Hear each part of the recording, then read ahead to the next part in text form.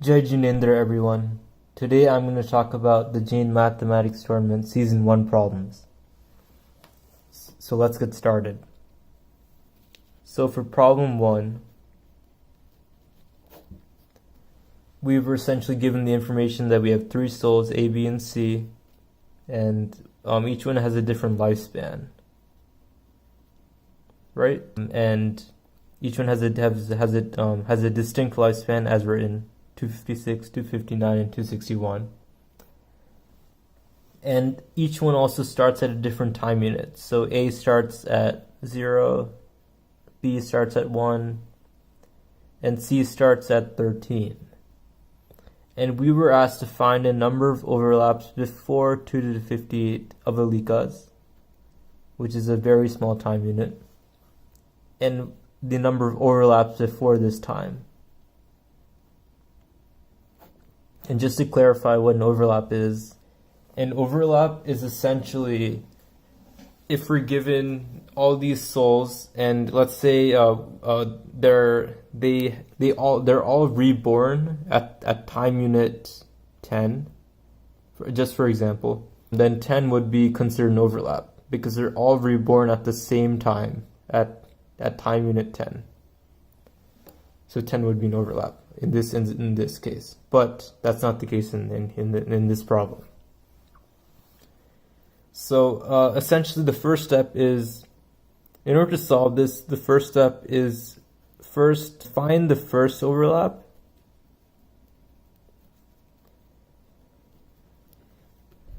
and step 2 is then just find the number of overlaps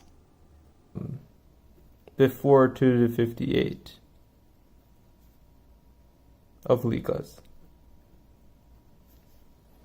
So the hard part is going to be number 1, finding the first overlap. So the first step is we need to write this information into a system of equations. So essentially we know we need to find an overlap. So let's say we have a variable x, and that's going to be equal to 250, just for the case of A, it's going to be equal to 256 times some interval, let's say I, variable I, and A, I sub A. So that represents the number of intervals that soul A has taken. Number of intervals or number of lives in this case. Because if the soul, let's say soul A is on the first life, that would be basically I, we plug in 0 because it's on the first life.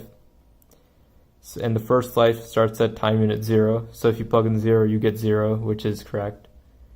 And then the second life for soul A, when it starts the second life, you plug in 1 here, and then you will find it's 256, and that's correct because the lifespan is 256, and so on. And for soul B, we can write a similar equation. I sub B plus 1 because it's offset by 1. It doesn't start at time unit 0. And for soul C,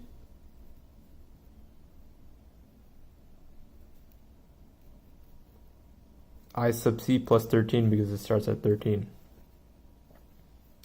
Right, so this is our system of equations, and we just need to find the first x that this is true.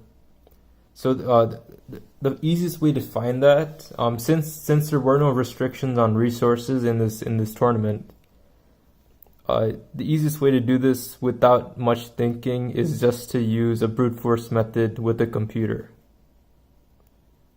So essentially you would just write a loop, and essentially you would just loop through numbers 1 through some x until you find some x where you can find time intervals. You can find intervals A, B, and C such that this system is true. So essentially what that means is find some number x such that when you divide x by 256, it divides evenly and you get a remainder of 0. And when you divide x by 259, you get a remainder of 1. And when you divide x by 261, you get a remainder of 13. And once you find that number that satisfies this, which is essentially what this system is saying, then you found the first overlap. So you've solved the first part of the problem. The second way to do it in a more mathematical way, let's say you don't want to use a computer. So the second way to do it is using modular arithmetic.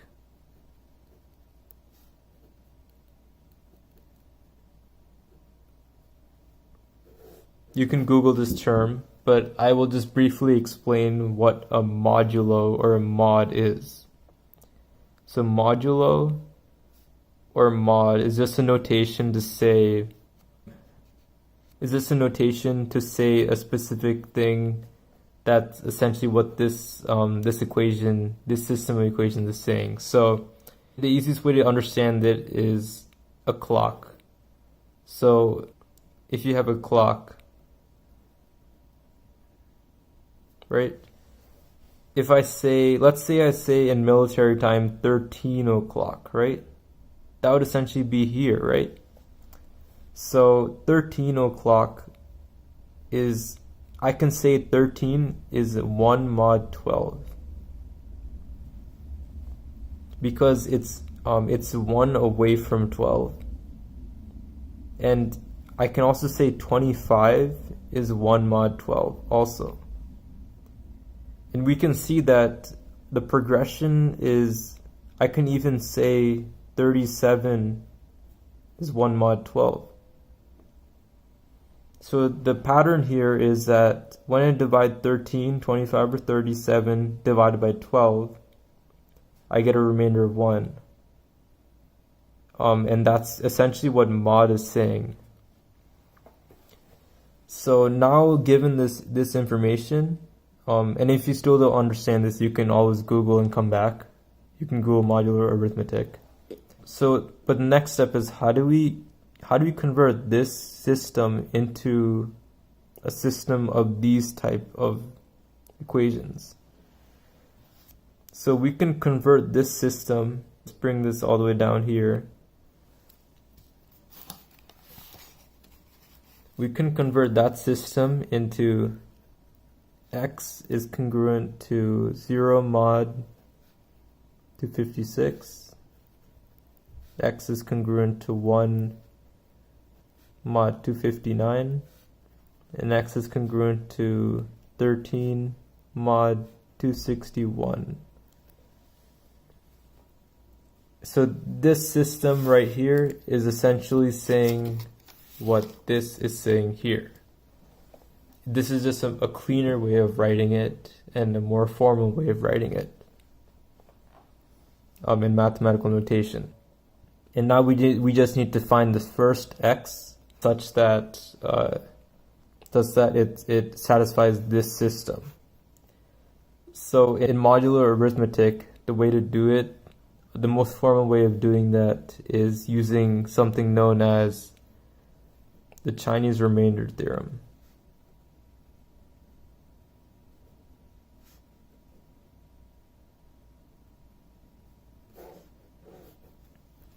And this was also known in Indian mathematics to two mathematicians around the 6th century AD, two Indian mathematicians named Aryabhatta and Brahmagupta.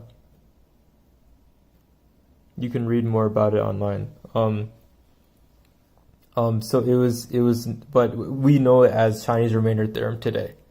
And essentially what this theorem says is, if the moduluses, or these numbers that I'm underlining, so all of these 256, 259, 261, if they're relatively prime, or what that means is if the GCD of 256, 259, and 261,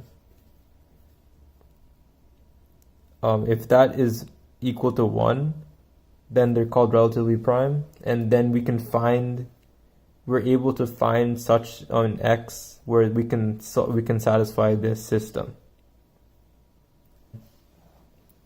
So I'm not going to take too much time in the video to solve it out, but we will find, if you go through this process of solving using Chinese remainder theorem or any other approach, you will find that the first overlap will be at time unit 15,073,024 of Alikas. That's the first overlap. So that's the solution to part 1 of the problem. But in order to actually solve the entire problem, we need to figure out, once you figure out the first overlap, and you could have figured this out with the computer also, you didn't have to use this approach, or you could also do it in another way. There's not really one single approach to finding the first overlap. But once you found that overlap, what is the pattern that these overlaps take? And once we know that pattern, we can easily find how many there are before 258 of Alikas, or basically any number actually. So in order to do that, we can see that the numbers, if you look at a smaller problem, right? So let's say instead of having all these big numbers, we have the numbers 2, 3, and 5, right? How do we find a number that is divisible by all these numbers? And how do we find the next number that's divisible by all these numbers? The next larger number. And what pattern do those numbers take? So what's the first number that's divisible by all these numbers? That's essentially the LCM, right? The least common multiple. So what's the LCM of 2, 3, and 5? That's essentially just you have to multiply all of them. So you get 30, right? And what's the next number that's divisible by 2, 3, and 5? Well, the next smallest number that's divisible by all of them is 60, right?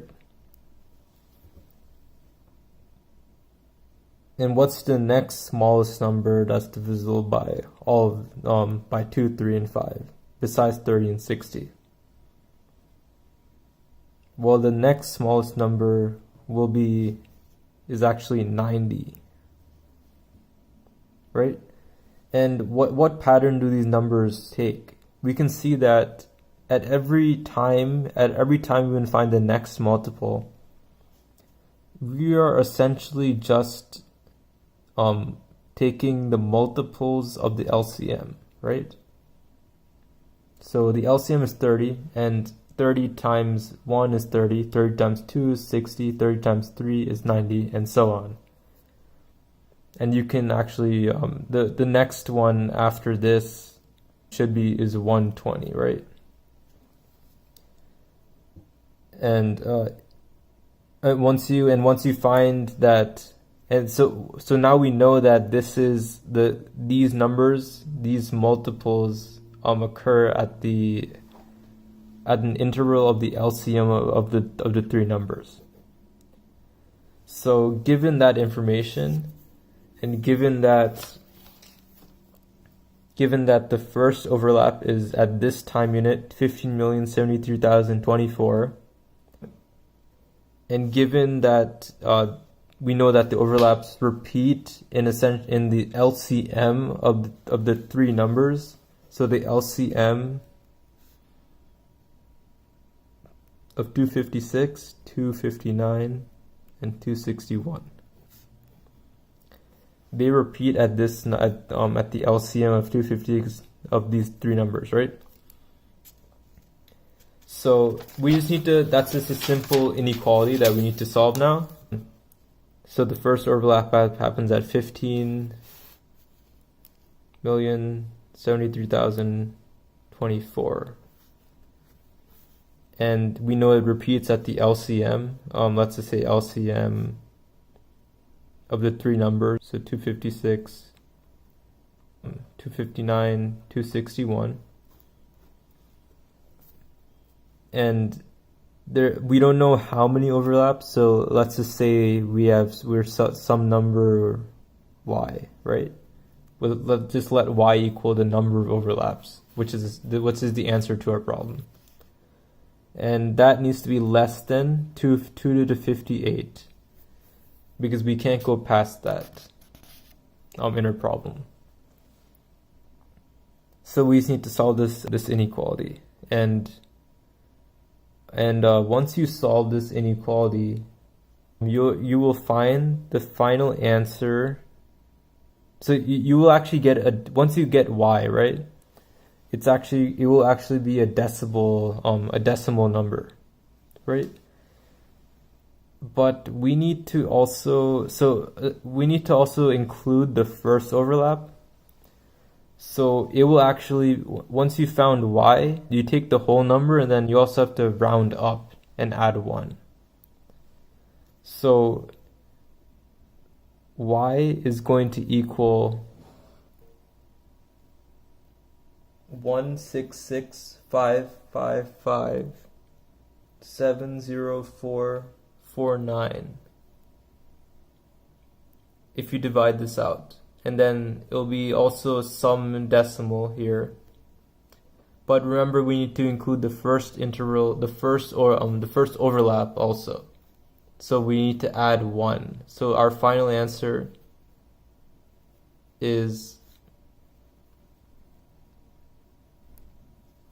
so for problem 2, we were asked to find the probability that Nidra Devi takes a break before reaching point C. And C is exactly one circling around the mountain. I just want to give some background before even starting the problem. Essentially, the Jain universe looks like this. As a very rough sketch, we have the upper world, Udyalok, Nichlok, and Madhyalok, right? And this is the middle world, where humans live. And then if you take a cross section, we have this circular region.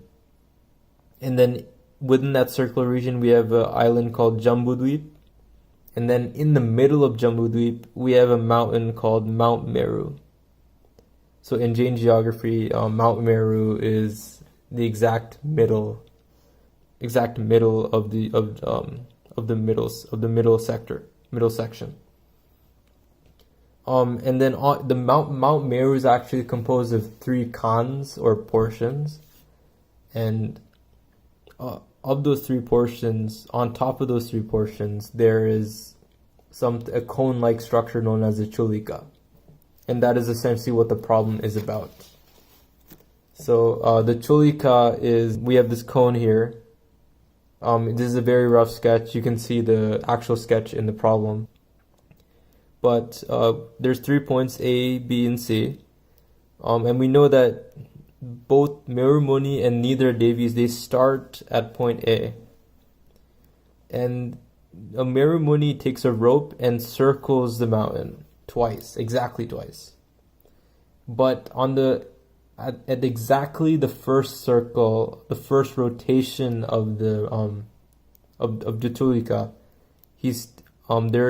there's a point C that's marked, and then exactly at 2 rotations there's a point B that's marked. And you're asked to find what is the probability that neither Devi takes a break before reaching point C. And that probability, just to be very clear, is not the hard part about the problem. The probability is just going to be the distance to point C from point A divided by the distance to point B from point A. Everything is relative to point A. And once we find this ratio, that will be your answer, essentially. So in order to solve this,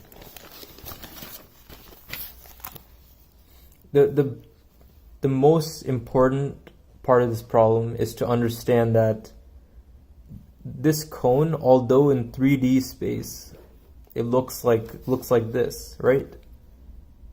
But if we flatten out this region, this lateral surface area right here, not the base, we're not talking about the base, but only the lateral area, that is essentially just a sector of a circle, right?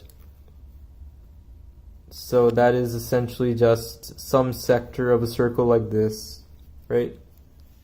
Imagine that's a perfect circle, right? It's a perfect sector of a circle. And that is essentially what this lateral area is.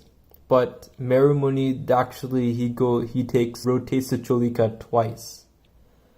So we don't need one lateral surface. We need two lateral surfaces.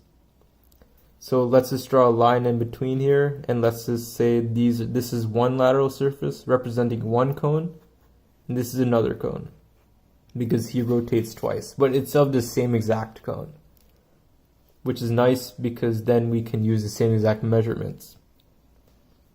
So in the problem, we have certain measurements, we have a few measurements given, but first let me just label this diagram. So let's just say this is point A. This is point A, and then let's say this is point B. So I mean this is at the end of the second rotation, which is point B, which is correct. And then in between we have the end of the first rotation, which is point C. And then we also know that all these rotations, they're geodesic. And geodesic means that it's essentially a straight line. So that means that if we draw this in 2D space, this would essentially be exactly a straight line, which is nice because then we can just draw it like that. So now we have a very solid diagram to solve the problem, and essentially we know our answer is the distance from AC divided by the distance from A to B. And that is essentially our answer. So to compute this, we can just plug in all the information in the problem. So we know that the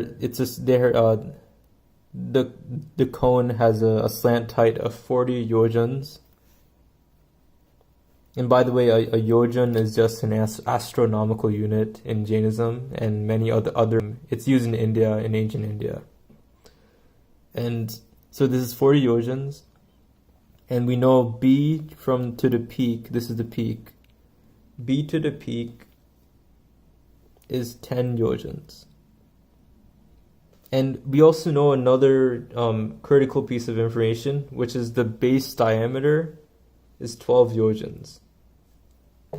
So if we imagine a circle, this is the base, right? So the base diameter is 12 yojans. So what that means is we know that the circumference is essentially 12 pi. That's the circumference of the base, right? The circumference of the base is 12 pi. So what does that mean here? Remember, this is actually two cones combined together. So that means this part is 12 pi, and this part is also 12 pi. Just imagine. I know this diagram is not drawn perfectly, but just assume that this is 12 pi, and this is also 12 pi. And given this information, we can now find this angle and also this angle. And these angles, let's just say angle theta 1 and theta 2. These angles are exactly the same because they correspond to the same exact distance of the arc, right? So in order to find theta 1 and theta 2, what's the circumference of this circle? This is also a circle. This is a sector of a circle. So what's the circumference of this circle? that would be 2 pi r, which is 80 pi, right? And we know this is 12 pi. So what's 12 pi divided by 80 pi? That is, so that is essentially 0.15, right? That's 0.15, and that's also the same for this. So theta 1 and theta 2 are exactly the same. But what is actually 0.15? What that means is, we know that the entire circle has 360 degrees. So 0.15 times 360, we get both these angles are exactly 54 degrees. So these are both 54 degrees, right?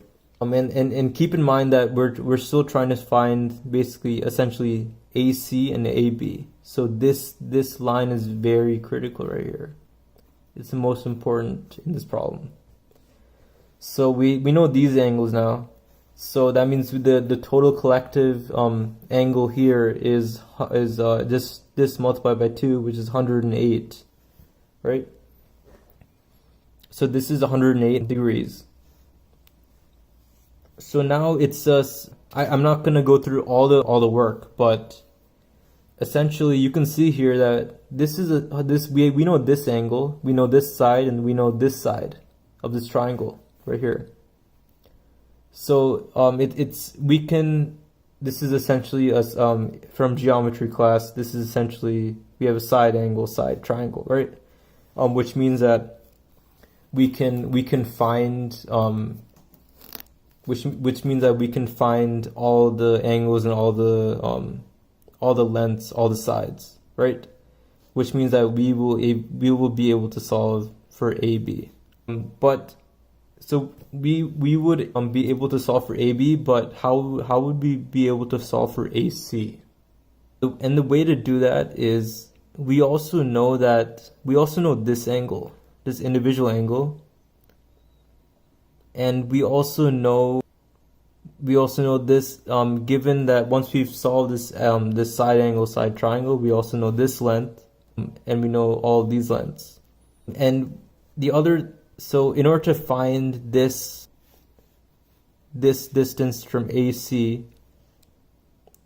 you will just have to use law of cosines, because once we solve for that, another thing, we will be able to know this angle once we solve this SAS triangle. So we know this angle, we know this angle, and we will also be able to know this angle. So we have an angle side angle triangle right here, and once we have an angle side angle triangle, we know both these angles. So we should be able to solve for this distance then, because an angle side angle triangle is solvable.